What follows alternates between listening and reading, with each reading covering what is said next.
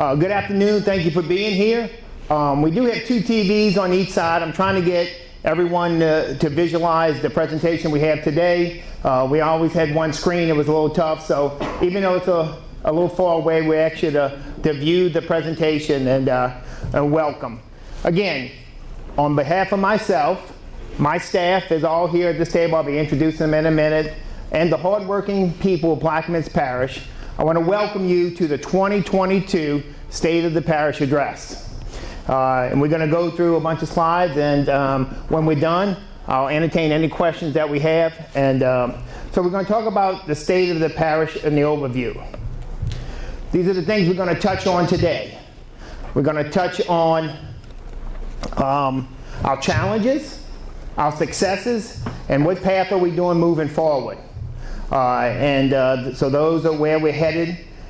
So we're going to talk about our challenges right now, and that was going to start off with our oil and gas revenue reduction. As you can see, if you can see on the screen from our chart, from 2011 to 2021, we had decreased almost $35 million of oil and gas revenues. So that's probably a total decrease of about 82%. So we wanted people to understand where we were and where we are now and where we're headed. So let's touch on some of our workforce reduction. As you can see, in 2010, we have right now on our workforce, we have about 48% of what we had in 2010. So we have less than almost half of the workforce that we had in 2010. Right now we have 307 budgeted position jobs, but we only have 260 active employees. So we have 47 vacancies. So, and let me show you the numbers, why they reduced. As you can see, from 2010 to now, we've reduced about 205 employees. But guess what? We still have the same amount of work that we've had since 2010 that we have now, and probably more. So we're doing that job with less than 200 employees on the workforce. So let me tell you about my workforce. They are amazing. For the minimal workers that I have, look, I have worked 3.5 years with these guys, and you know that it's been very difficult. We've had 11 different storms we prepared for. We've had a national pandemic. We've had some challenges, but this workforce has come out top notch. And I can't say enough about these guys. And I want to show you how they are categorized into different areas. First of all, we have operations. My director of operations is here, Scott Roussel. Stand up, Scott. Some people who know who you are. Scott is my director of operations, and as you can see on the chart, these are the departments that fall under him. We have a prom department, a safety department, solid waste, and flood control. But what this chart doesn't show you the reduction of those areas. In just the operations part, we are down 71 employees. So in the drainage part, which we now call flood control, which we have merged that department with heavy equipment and drainage, it's now called flood control. In that department alone, we're down 31 people. That's a crucial department. In our prom department, which is responsible for about 7,000 acres of grass, medium, levees, right-of-ways, servitudes, we're down 25 people in those areas. Same thing with solid waste, which is a very important thing. Parish-wide, from solid waste north to solid waste south, we're down 15 employees. So those employees who are here are doing a magnificent job of what we have to work with. I'm going to move on to my public service department. Mr. Todd Appley, my director. Would you stand up, Todd? Todd is responsible for these areas. I'm not going to name them all, but if you can see it on the screen. But in his department, in the public service department, we're down about 58 employees, and mainly 18 people in maintenance. In our maintenance department, we're down 18 people. Our buildings department, we're down 9. Our ambulance, we're down 8. So these are the challenges that we're faced. So let's move on to administration. Crystal, would you stand up? Crystal Taylor is my director of administration. She's in charge of these departments. And as you can see, in her department, there's 22 less people who are not there. So we are working, we wear many hats, we do many jobs, we multitask, we do a lot of things that we go above and beyond. And our administration has gone above and beyond to ensure your quality of life despite these budget restrictions. So we'll move on to accomplishments. I'm going to try to get off the bad news to get on the good news. So some of our accomplishments we'd like to show you. It's who we are. We will persevere. As you see that flag up there, we're from Plaquemines, and we're here because we love it. And that's why you live here. There's no other place you want to live here in Plaquemines. So how can we survive with an 82% decline in our largest revenue? How can we do? Here's some of the things we've done over the past years, our administration. Well, first slide is grant money. Since 2019, we were able to secure $10.4 million of grant money. And we've been very aggressive. We've been very excited about certain things. And guess what? I have one person in the grant department, Hilda Lott. She's not here today. So that's my grant department. So we've done very well in those in that area. My next is my legal department. Rennie, would you stand up? Rennie is my lead parish attorney. He's in charge of all my legal fees. Since we have taken the reins, we have resolved 8 cases that were handled by outside law firms. We took them back in and we started handling them. And that was the tune of $3 million that the parish was out. We took those cases back, we handled them, and we settled them. Not only that, since 2019, we have settled 35 cases in-house. 35 cases. And we did it with a smaller legal team. So we're really excited about that, and that has helped us with the budget woes. There's another thing I want to talk about today, the EMS revenues. When we came in 2019, we were collecting about $300,000 of EMS revenues. We started a collection agency, and they got aggressive, and now we collect $700,000 of fees of EMS. This year's budget, we are budgeted at $1.3 million. We hope to exceed that. So Todd Epley has been aggressive on that, and so we have to thank him. Next thing what we've done, occupational license. Now I have to take my hat off to the sheriff and the sheriff's office, who has done a phenomenal job of getting these occupational license up to date. And not only up to date, but in the increase of the revenue that we see. As you can see, in 2019, we had $700,000 of occupational license. As of 2021, we up to $1.2 million. So it's a joint effort between us and the sheriff's office, and his guys have done a phenomenal job.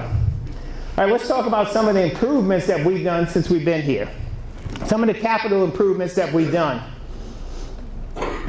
As you can see, there's a list of them. I'm not going to name them all, but I'm going to pick out a few.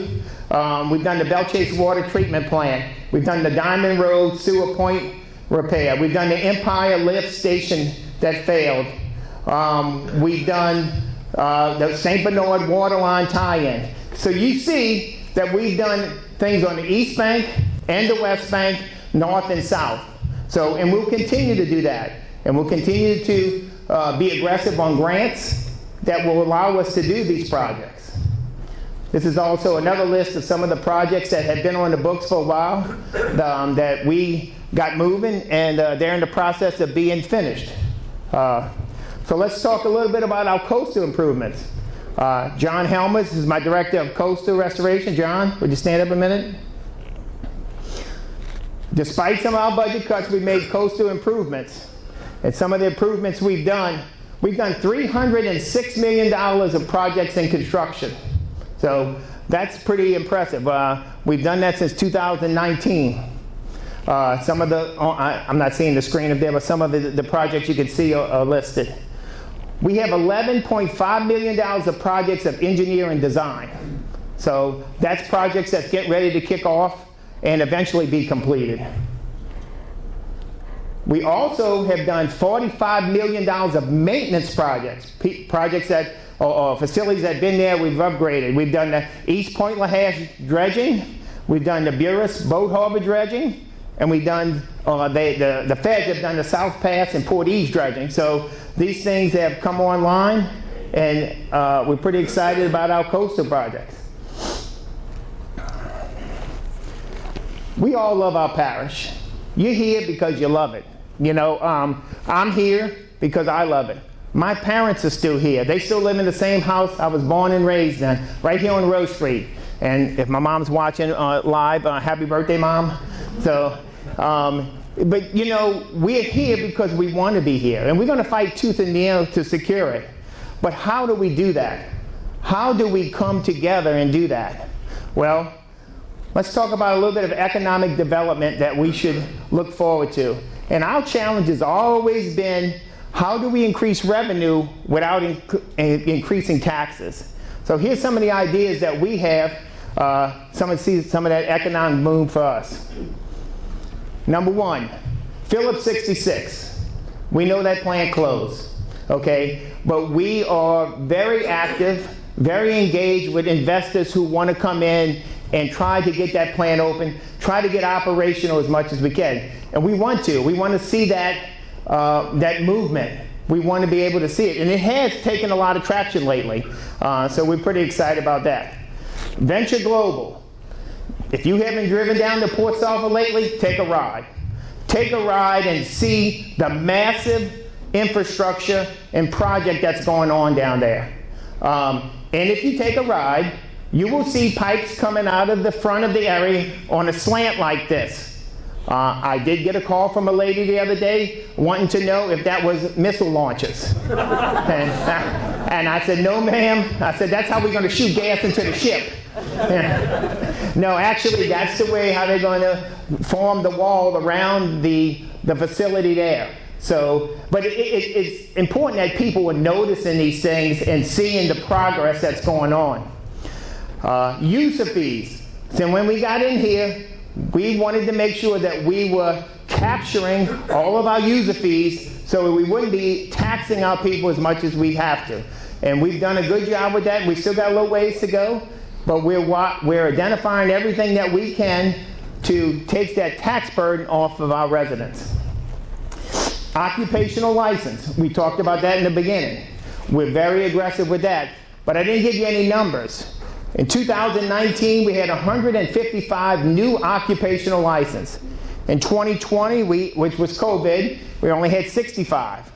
In 2021, we had 87, so we've increased.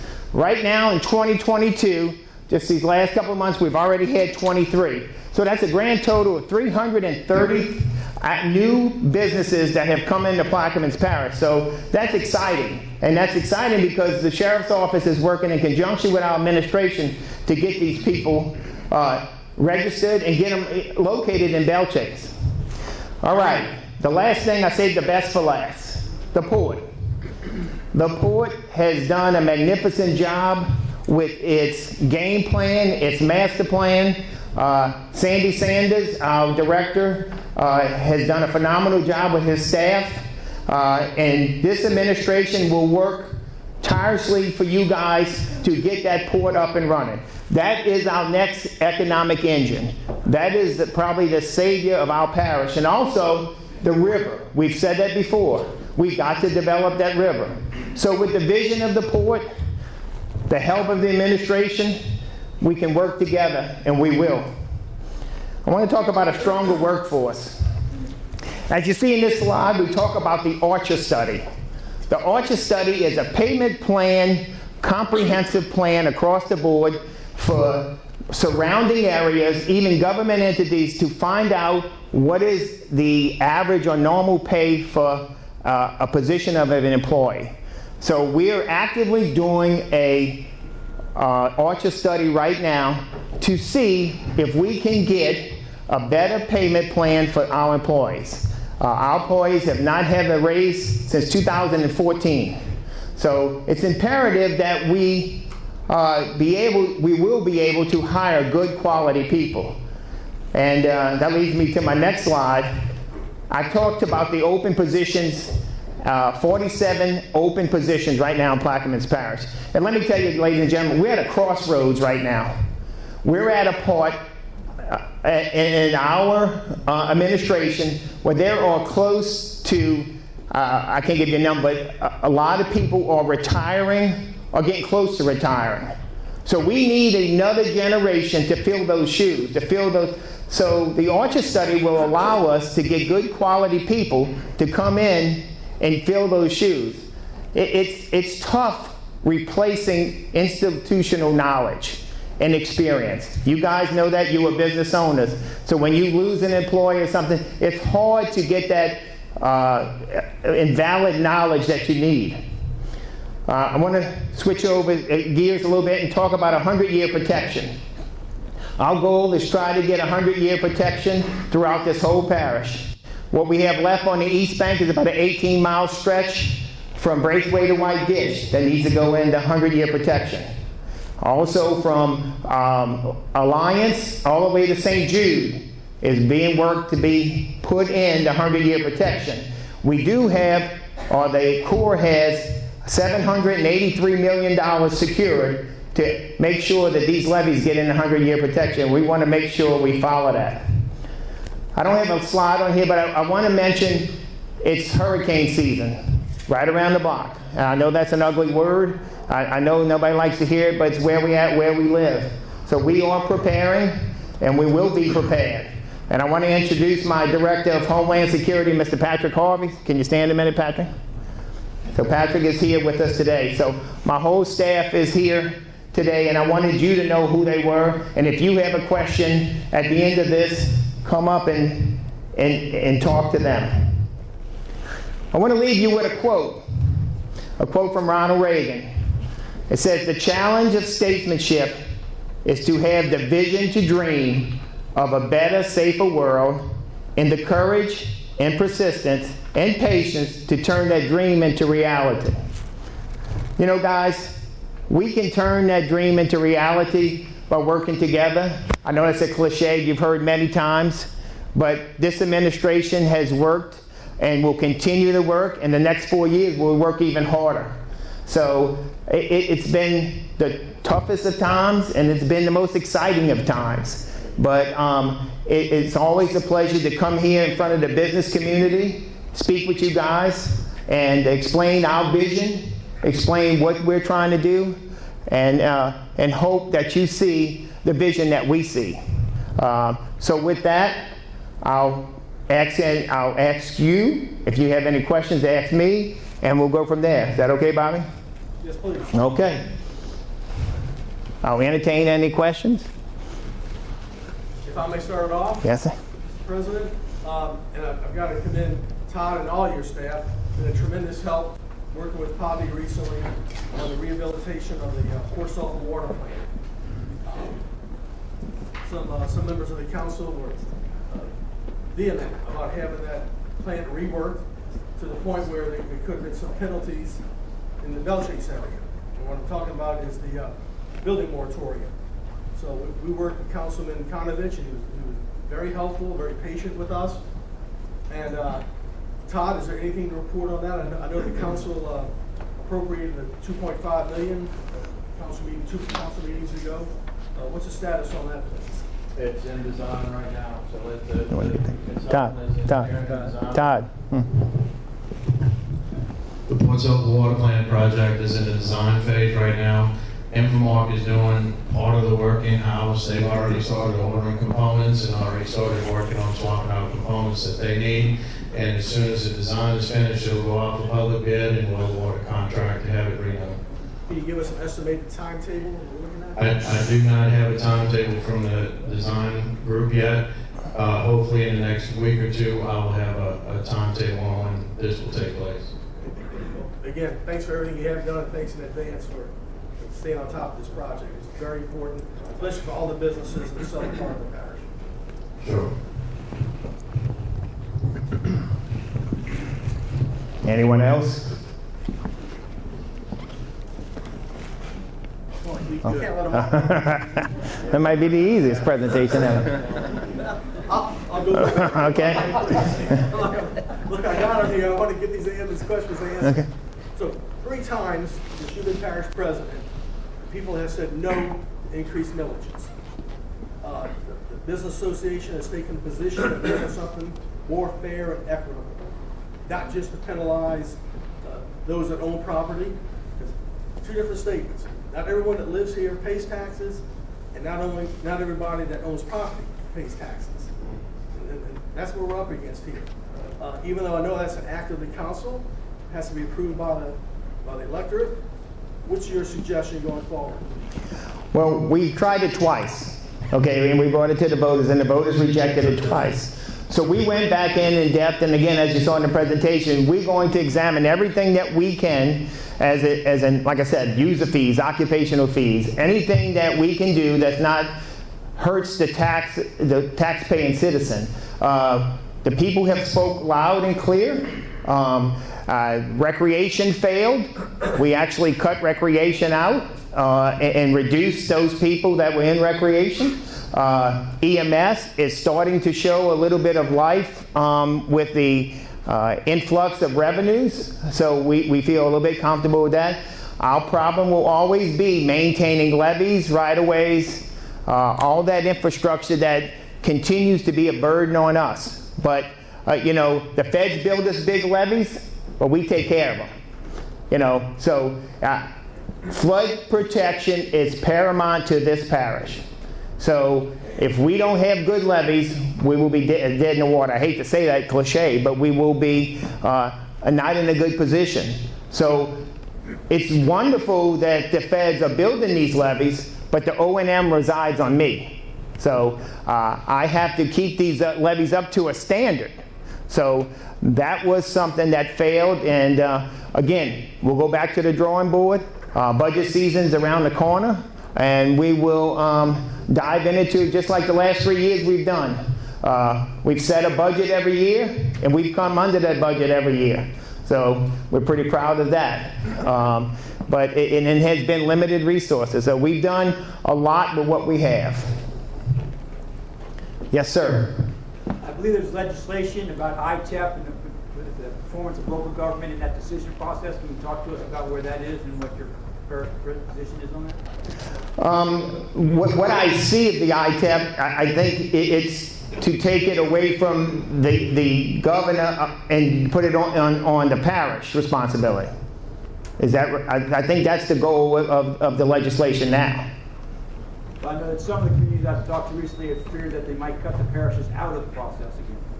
Well, I guess I'm a little confused on that, but I thought it was to give the opportunity for the parish to decide on it. And to correct me if I'm wrong, if anybody would know about that.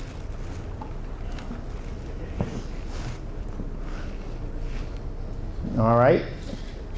Kirk, I have one question on oil revenues being down significantly, but oil prices have rebounded.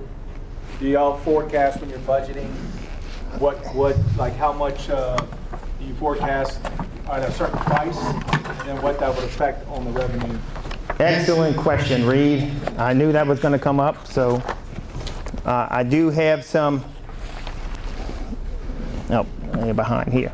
I had some preliminary numbers to show where we're at. And look, the conception is gas prices goes up, we should be making more money.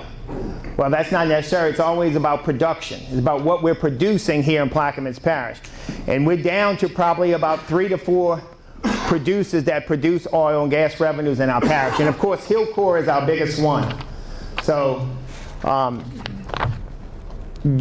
can go January through March, okay, a 3-month span. In 2019, we collected, our royalties was about 1.1.